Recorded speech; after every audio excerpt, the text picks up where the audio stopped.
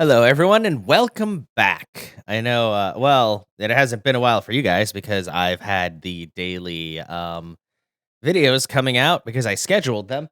But it's been a few days since I read Dodger, and now we're going to start on chapter 14. We've only got 3 chapters to go because it's 16 chapters total, and then I'll probably read the afterword and all that, or whatever call it.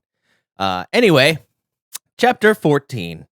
A lighter man gets a surprise, an old lady vanishes, and Dodger knows nothing, hears nothing, and, unsurprisingly, was not even there. There was so much that needed doing, he thought as he hurried home. He had to get ready to go to the theater later on, but first of all, and most importantly, what he had to do was pray. Pray to the lady. Dodger had been in churches occasionally, but on the whole, the street people kept clear of them unless the promise of food was in the offing. After all, a cove could put up with quite a lot of come to Jesus for the sake of a full stomach, so now he was down in his beloved sewers wondering how to go about a prayer. He'd never seen the lady, although Granddad had always talked about her as if she was a friend, and he had seen her before he died, and if you can't trust the words of a dying man, then who can you trust? Oh, he'd always half-heartedly asked her for help almost automatically, but he'd never really prayed from the guts upward.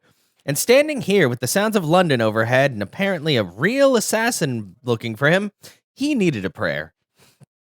He began in the time-honored way by clearing his throat and was about to spit when he hesitated, because at a time like this, you didn't want to offend anybody. Kneeling down was not something you generally did in the sewer, so he straightened up and said, "I'm sorry, I don't know what to say, lady, and that's the truth. I mean, it's not like I'm a murderer, is it? And I promise you that if simplicity is spared, that poor girl up in the mortuary and 4 farthings will get a place in Lavender Hill. I'll see to it. And the flowers, too." He hesitated and continued. "And she'll be given a name, so that at least I can remember her, and that's it, lady, because the world is rather bad and extremely difficult, and all you can do is the best you can. And I'm just Dodger." There was the tiniest of noises. Dodger glanced down and saw a very small rat run over his boot. Was that a sign? He really wanted a sign. There ought to be signs, and if there was a sign, there should be a sign on it to show that it was a sign so that you definitely knew that it was a sign. To be frank, a rat running over your boot in the sewers did not, when you thought about it, seem like much of a sign. Was it a sign, or was it just a rat? Ah, well, what was the difference? The lady always had rats around her, and he'd half hoped to see a beautiful face magically appear on the dripping bricks of the sewer. The traffic rattled overhead, and the usual punctuated silence remained distinctly empty, and so Dodger added, Granddad, who you most surely have heard of, told me that you always had a pair of shoes on. I mean, not boots, but real shoes. So if you would be so good as to smooth my way, I will give you the best pair of shoes money can buy. Thanking you in expectation, Dodger. That afternoon, Solomon pretended to be amazed at how much care Dodger was taking to get ready for the theater. Dodger scrubbed out every crevice and corner several times while thinking about the Outlander. He'd never heard of him, but then you don't get to hear about everybody, and it was certainly unlikely that anybody would try anything at the theater, wasn't it? But later, in his little private world behind the curtain, as Solomon went through his own ablutions with a considerable amount of splashing and grunting, Dodger carefully took Sweeney Todd's razor from its hiding place and stared at it. It was a razor, just a razor, but it was also a fear and a legend. He could slip it into his pocket quite easily.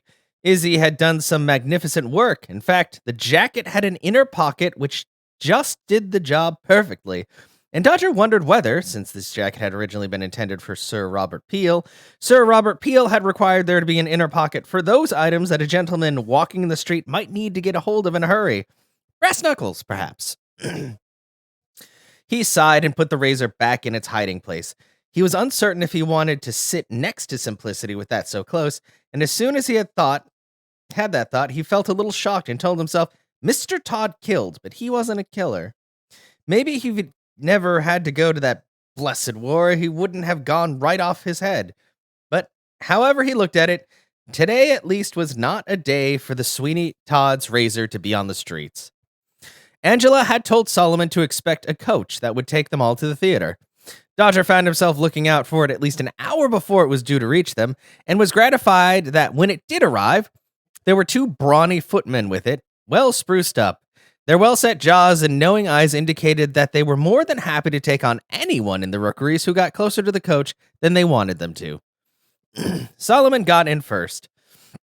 When Dodger stepped in behind him, he was totally crestfallen not to see Simplicity inside, but one of the coachmen poked his head in the coach, gave Dodger an uncharacteristic smile, and said, "The ladies are still getting ready for the performance, sir, and so we were told to pick you up first. I'm also to tell you that there are refreshments that you may wish to savor during the journey." Then, and in a far less knobby voice, the footman said, "The man that battled Sweeney Todd. I can't wait to tell my old mum." While Solomon critically inspected the little well-stocked bar inside the carriage with, as it turned out, great approval, Dodger was thinking hard. Never mind about the Outlander, he thought, but there was something at the back of his mind that was playing over and over again the words that Miss Holland had told him. Something wasn't right. What she had told him sounded like, well, a story, rather like Sweeney Todd's razor, and Dodger knew the truth about Sweeney Todd's razor, didn't he? Admittedly, he thought ruefully, he had made up parts of that story, so now he was some kind of brave warrior to a lot of people, while in his heart he knew himself only as a smart young man. Swift as a knife, the thought came back. How much of that is the same for this Outlander? Him with all his ladies? Does that sound quite real, he thought? He answered himself, no. Even Miss Holland is pretty well terrified of him, and maybe the Outlander had spun a little spell that made him bigger and more dangerous than he was. Ah, yes, that made Dodger feel better. It was like showmanship. It was always showmanship that got you through, and he had a show of his own to prepare. He reminded himself that he would have to have a very important conversation with Miss Coates. Dear Miss Coates.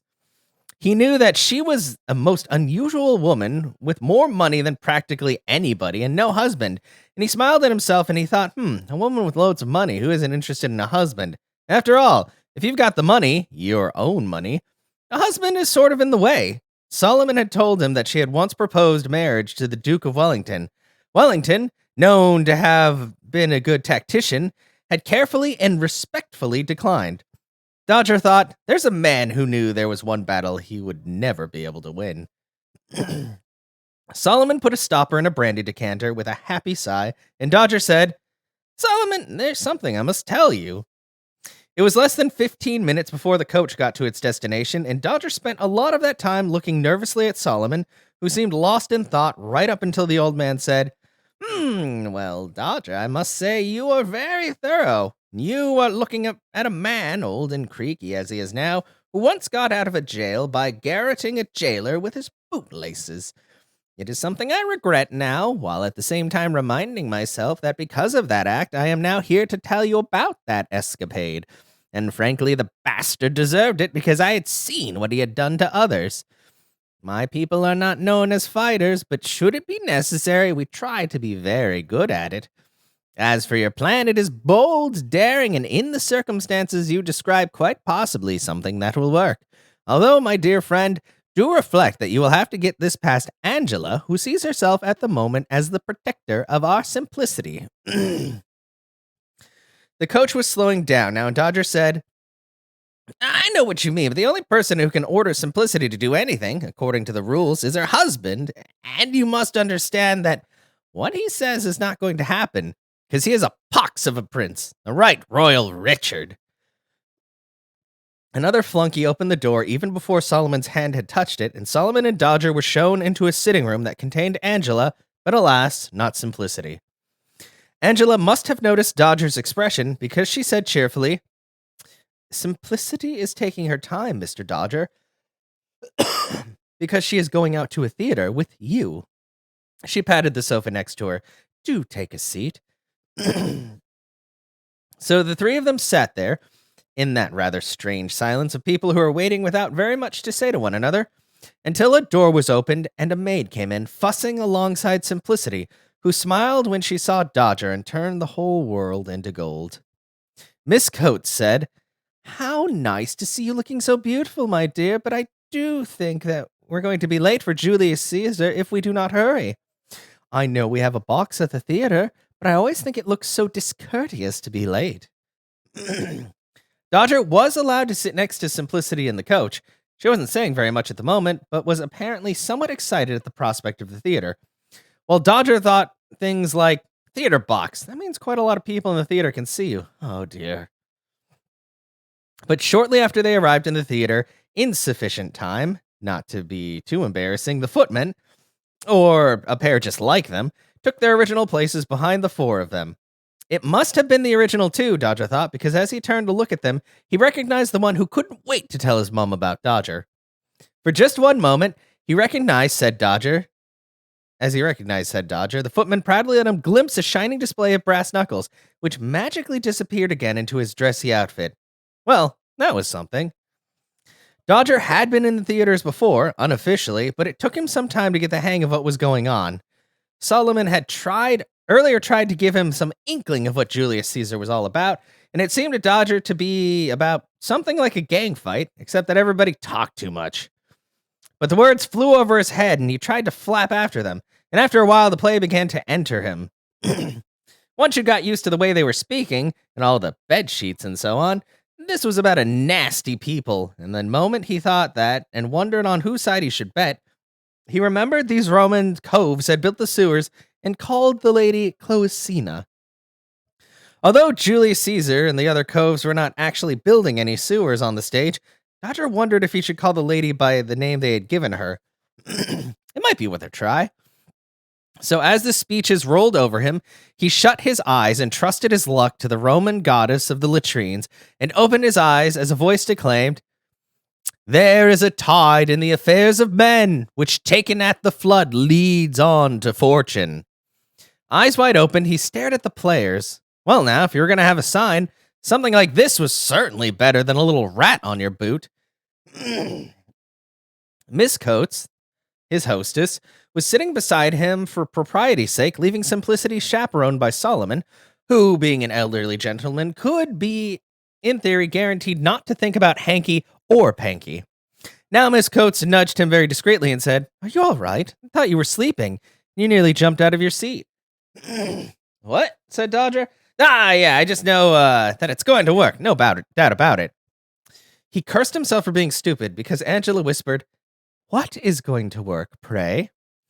Dodger mumbled, "Everything," and suddenly he paid more attention to the stage, wondering why it took so many Romans to kill one man, especially since he didn't seem to be a particularly bad cove. It was something Solomon called a repast, which was apparently something much more exciting than a meal. There were glorious potted meats and cold cuts and pickles and chutneys to make your eyes water, and Solomon's eyes gleam. As they finished eating, Dodger said quietly to Angela, "Where are your servants now?" "Why, in the servants' hall. I only have to ring if I require them."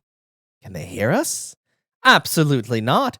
And may I remind you, young man, that you already know that they have my full trust. I would not employ them otherwise."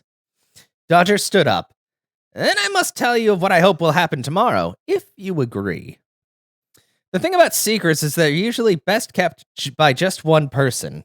That was the special thing about secrets. Some people seemed to think that the best way to keep a secret was to tell as many people as possible. What could possibly go wrong for a secret when there were so many people defending it? But sooner or later, he did need to tell it, and the time was now. He also needed an ally, and it needed to be Angela. It seemed to him that a woman who had more money than God, was still happy and alive, must be a very clever woman indeed. So he told them, quietly and carefully, covering every detail, including what Miss Holland had told him about the Outlander, and when he stopped, there was absolute silence. Then Angela, not quite looking at Dodger or Simplicity, said, "Well, Mr. Dodger, much as I admire you, my first inclination was to utterly forbid you to attempt this curious and dangerous scheme. But even as I summoned up the breath to do so, I realized, having seen the looks that passed between the two of you, and reminding myself that Simplicity is not a child, but a married woman, that the best I can do is to thank you for allowing me into the secret. And frankly, even if I have to pick up the pieces, the truth of this matters is one between the two of you." She turned to Solomon and said, "Will you tell us your thoughts, Mr. Cohen?" After a few seconds, there was, Dodger has told me of the Outlander, and it is unlikely that he would find Dodger before Dodger's plan comes to fruition. Now, as a plan, it seems to me it does have certain beguiling aspects, because if it works, it is unlike anyone would wish to delve into the matter subsequently. And, of course, my spirits rise when I consider that this plan will take place on a battlefield absolutely familiar to my young friend, who, as I am aware, knows every inch of the terrain. In the circumstances, I don't think Wellington himself could do better with an army. Dodger's eyes had remained on Simplicity through all of this. Once he saw her frown and his spirits had plummeted, rising again when she grinned. Not a smile, but a grin, quite a saucy one, like somebody contemplating a weak adversary. Angela said, "Well, my dear, you are your own woman, and will have my support against any man who suggests otherwise. Pray tell me what you think of this harebrained scheme, huh?" Quietly, Simplicity walked over to Dodger and took him by the hand, sending a quiver down his spine so fast that it bounced up again. She said, "I trust Dodger, Miss Angela. After all, look at the things he's done for me already." With this ringing in the air, Dodger said, "Thank you, but now you gotta give up your wedding ring." Instantly, her hand touched the ring, and the silence in the room thundered with great peals of absence of sound while Dodger waited for the explosion. Then Simplicity smiled and said quite softly, "It's a pretty ring, isn't it? I loved it when he gave it to me, and I thought I was married in the eyes of God. But what do I know about being married? The poor priest who conducted the ceremony is dead, and so are two good friends, and I think that God was never in this marriage. He was never there when I was beaten, or when I was dragged into that coach. And then there was Dodger. Angela, I trust my Dodger completely." With that, she looked into his eyes, then dropped the ring into his hand and gave it to him with a kiss. And of the two, he considered the kiss to be truly 24 karat. Angela looked at Solomon and said, I rather think there's no doubt about it, Angela. What we have here is a rather unusual Romeo and Juliet." "So you say," said Angela, "but as a practical woman, I think we will also need a dash of Twelfth Night. Mr. Dodger, you and I must talk about particulars before you leave." Angela's coach carried Dodger and Solomon back to the Seven Dials, and they barely exchanged a word until after they had got back from Onan's late-night run, and even then, still lost in their own thoughts, they spoke little in the gloom. Finally, Solomon said, "Well, Dodger, I have faith in you. Miss Burdett Coates may have some faith in you, but Miss Simplicity has a faith in you which I venture to suggest is greater than that of Abraham's." In the darkness, Dodger said, "Do you mean your friend Abraham, the slightly suspect jeweler?" And the darkness came back with, "No, Dodger, the Abraham who was prepared to sacrifice his son to the Lord." "Well," Dodger said after a moment, "we are not going to have that sort of thing." After that, he tried to sleep, seeing as he tossed, turned, and turned, the face of Simplicity repeating again and again the words that she had said during that last discussion. "I trust my Dodger completely." The echoes of it bounced among his bones. In the morning, he counted what he took to be 3 plainclothes policemen, trying to be surreptitious as ever and not doing it properly. He pretended that he didn't see them, but Sir Robert Peel obviously meant what he had said. 2 nights in a row there had been someone outside his crib, and now they were here in daytime, too. They were, in a policeman-y sort of way, trying out new ideas, such as having no man visible near the tenement, but putting a couple just around the corner where he might run into them. Was Sir Robert Peel getting nervous? Long before daylight, Dodger had been a very busy boy, while the fog, steams, and smoky darkness gave him lots of cover. And now, as the world woke up, some little way away, a poor old woman could be seen hobbling past the policeman. If there was anyone who cared to look at a poor old woman, who were, in reality, something of a glut on the market, owing to the fact that they tended to outlive their husbands, and generally speaking, had nobody who cared about them very much. Dodger thought it was sad. It always was, and sometimes you saw the old girl scraping a living by scrabbling around in dust heaps, deceiving household dust for anything remotely usable.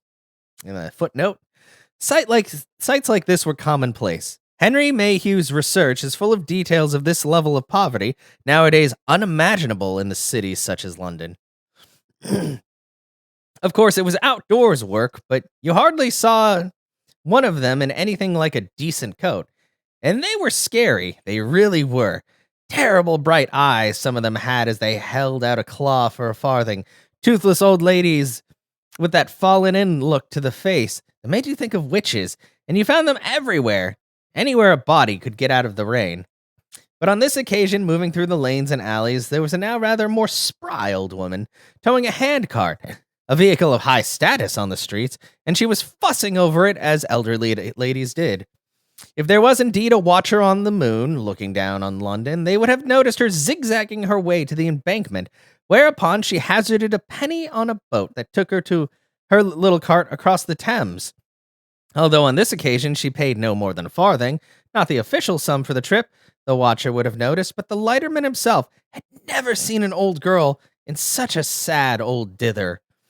Having an old mother himself, he felt a little generous today and had even agreed to wait to take her back across the river, only to find that when she came back from her errand, on her cart was strapped a corpse in a winding sheet. This, to tell the truth, was a problem, but then one of his mates stopped on the landing to disembark a fare, and waving vaguely towards the old girl who was in such a terrible state, the lighterman got his mate to help him with the cadaver. Fortunately, it was still bendy. Dodger, because the old lady was indeed Dodger, felt rather happy about all of this, and also slightly ashamed since, after all, the coroner of Four Farthings himself and his officer had come out to help the old lady with the cart and had assured her that the remains of her niece had been treated with veneration at all times. It warmed the cockles of your heart, so it did. Then, of course, there was the return journey. This way was against the tide, and the lighterman could see he was not, as it were, going to become a rich man in this situation. So he said gruffly, "Okay, dear, in for a lion, in for a lamb, a farthing each, let's call it even." The journey across the water wasn't that long, although it was a bit choppy, and after the man helped the fussy old lady to get the little cart over the cobbles, he was amazed beyond belief when the old girl handed him 3 shiny sixpence, calling him the last gentleman in London. For a long time afterward, he remembered the incident fondly. Once back on the right side of the Thames, a watcher would have seen the old lady pulled her cart in a haphazard way along a dark and foggy alley where there was a shadow and a great smell of gin, and a very drunken, very dirty, and very nasty-looking man who said, "Got anything for me in your bag there, Granny?" The little tableau was witnessed through the gloom by a bootblack who was sitting down on the curb to eat his breakfast. Just as he began to think that he should do something about the ambush farther on, something very strange eventuated, in which the old lady seemed to vanish in a whirl, and the man was on the ground while she was kicking him merrily, and the fork crying out, "If I ever see you around here again, Sonny, I'll have your giblets on my griddle. Just you see if I don't." Then, after adjusting her dress somewhat, the old lady once again became, well, an old lady in the eyes of the bootblack, who had watched with his half-eaten baked potato neglected in his hand. The old dear waved at him cheerily and said, "Young man, who's doing potatoes around here today?" This led to Dodger continuing his journey with quite a lot of baked potatoes in his bag, which he distributed to any old ladies he saw pitifully on the curb. It was a kind of penance, he thought. And someone, perhaps that watcher on the moon, who must surely have looked kindly on this act of charity, seemed to have arranged that a lavender girl had set up right in the street, which meant that Dodger was spared the chore of going out to find one. Not a difficult task, since in the stink of London, everybody liked to buy some lavender now and again.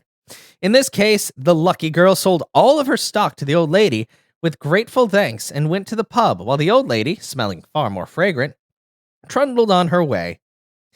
Moving a dead body is never easy in any case, but in the murkier parts of Seven Dials, Dodger treasured an alley with a drain in it that was just the job. And of course, once he was in the sewers, he was in his element. He could go about his business unrecognized by the people walking above, and the chances of meeting another tosher were small. Anyway, as the king of the toshers, he could do as he pleased. In the sewers, if you knew where to look for them, there were places that would make a good-sized room, places the toshers had given wonderful names to, like Top and Turn Again. Splashing his way into one of the tunnels, Dodger set about the nastier piece of the Enterprise. This particular stretch had so far never been given a name. It got one now. Rest in peace. Death was always around in the darker places of London, and it was an unusual day when you didn't see a funeral procession, so this engendered a kind of pragmatism. People lived, people died, and other people had to deal with it. At this point, because he very much wanted to live, Dodger pulled off his disguise to reveal his normal clothes hidden beneath his rags, and pulled on a pair of large, well-greased leather gloves, just as Miss Holland had advised. And he was grateful for the advice, and grateful, too, that he had spent so much on the lavender, because however you looked at the dull, heavy, cloying smell of death, was something you didn't put up with for any longer than you had to. So with traffic a few feet overhead, he pulled, pushed, and levered very thoroughly until he got things to look just right. And all was well right up until, as he was just positioning the remains of the young lady in her nook, she sighed as her head moved. Dodger thought, if something like that is going to happen, it's a good job you're standing in the sewer. It was nothing. He knew the dead could be quite noisy at times, as Miss Holland had said.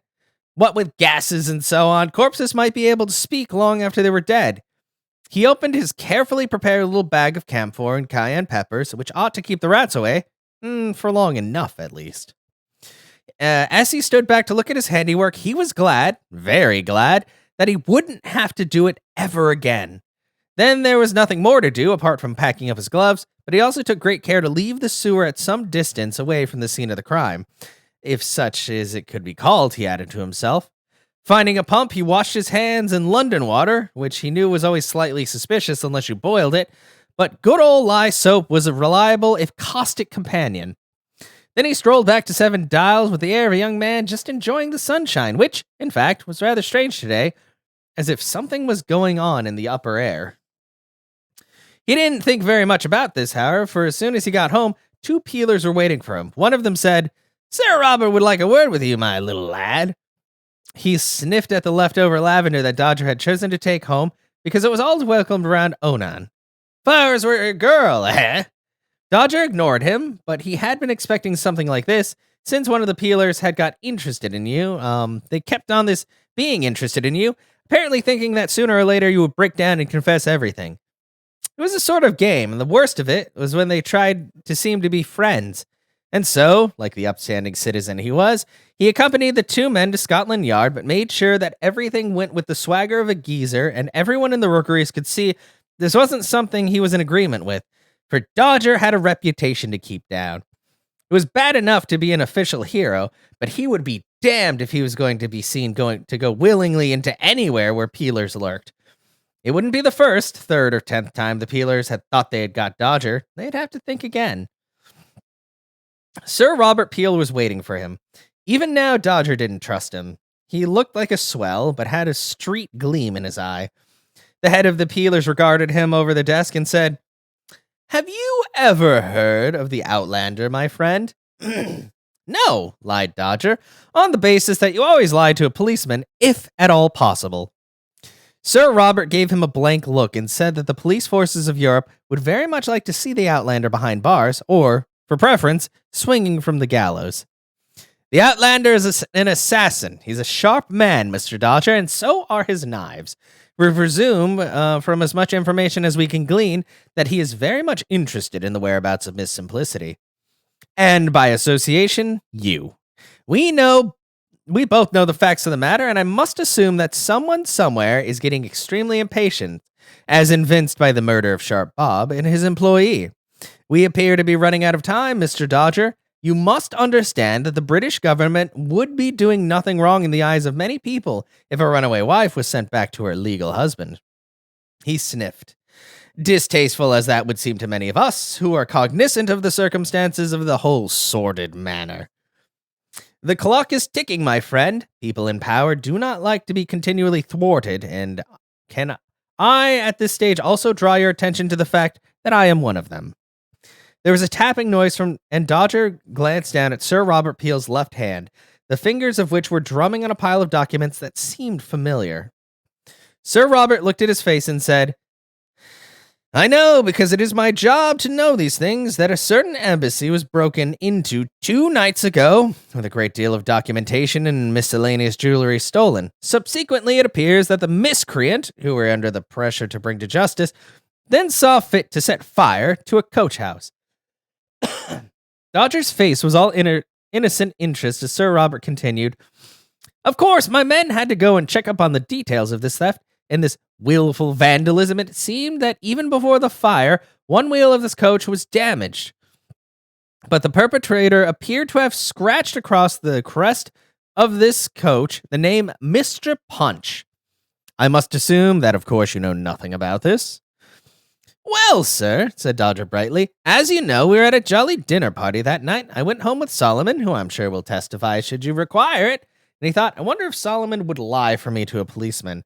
Swiftly, the thought came back. Solomon must have lied to policemen all over Europe, and with God on his side, and would be very unlikely in the presence of a peeler to know if the sky was blue. Sir Robert smiled, but the smile had no warmth to it, and the drumming of his fingers became a little more insistent. Mr. Dodger, I am absolutely certain that Mr. Cohen would say exactly that. And since we're on the subject, would you know anything about a Jewish gentleman who called in at our front desk this morning with a little package of documents for me? The sergeant in charge said that he placed them on the desk and scuttled off at some speed, and was most certainly without leaving his name.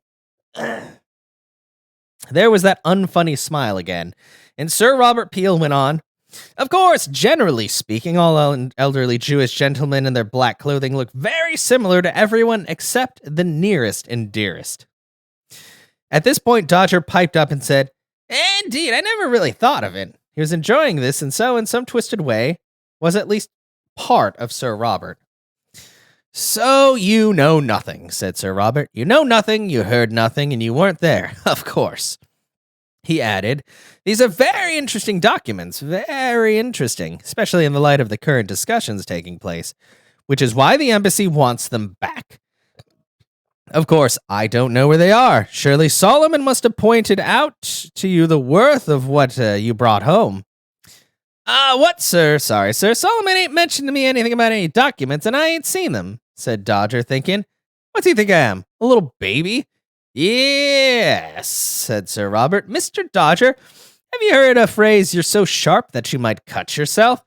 Yes, sir. Very careful with knives, sir. You can be assured of that. I'm so glad to hear it. You may go now. And as Dodger had his hand on the doorknob, Sir Robert said, Don't do it again, young man. Dodger said, Can't, sir. Haven't done it once. He didn't shake his head except in the privacy of his brain. Yes, they always wait until you think you're out of trouble and then they fly on you. Honestly, I could teach them a few tricks. He left Scotland Yard, calling out cheerfully as he did so, Told yous, you'll never find anything on me, my lads. But he thought, so there are clocks ticking. The government's clock, the Outlander's clock, and mine. It'll be best for simplicity if mine chimes first. As for the Outlander, here he paused. A man whose only description was that he never seemed to be the same man twice. How could you ever find a man like that? But he comforted himself as he thought, we're so close now, and he's got to learn all about me and find out where I am. That's going to be very difficult for him. This didn't entirely satisfy him, because the thought that came by after was that the Outlander was a professional killer, apparently of important people, so exactly how hard would it be for him to wipe a snotty-nosed tosher off of the world? He considered this and then said aloud, I'm Dodger. It'll be very hard indeed. And that's the end of chapter 14. We got 2 chapters left, and things are really coming to a head, so we're going to have to see how this all plays out with Dodger and the Outlander and his plan.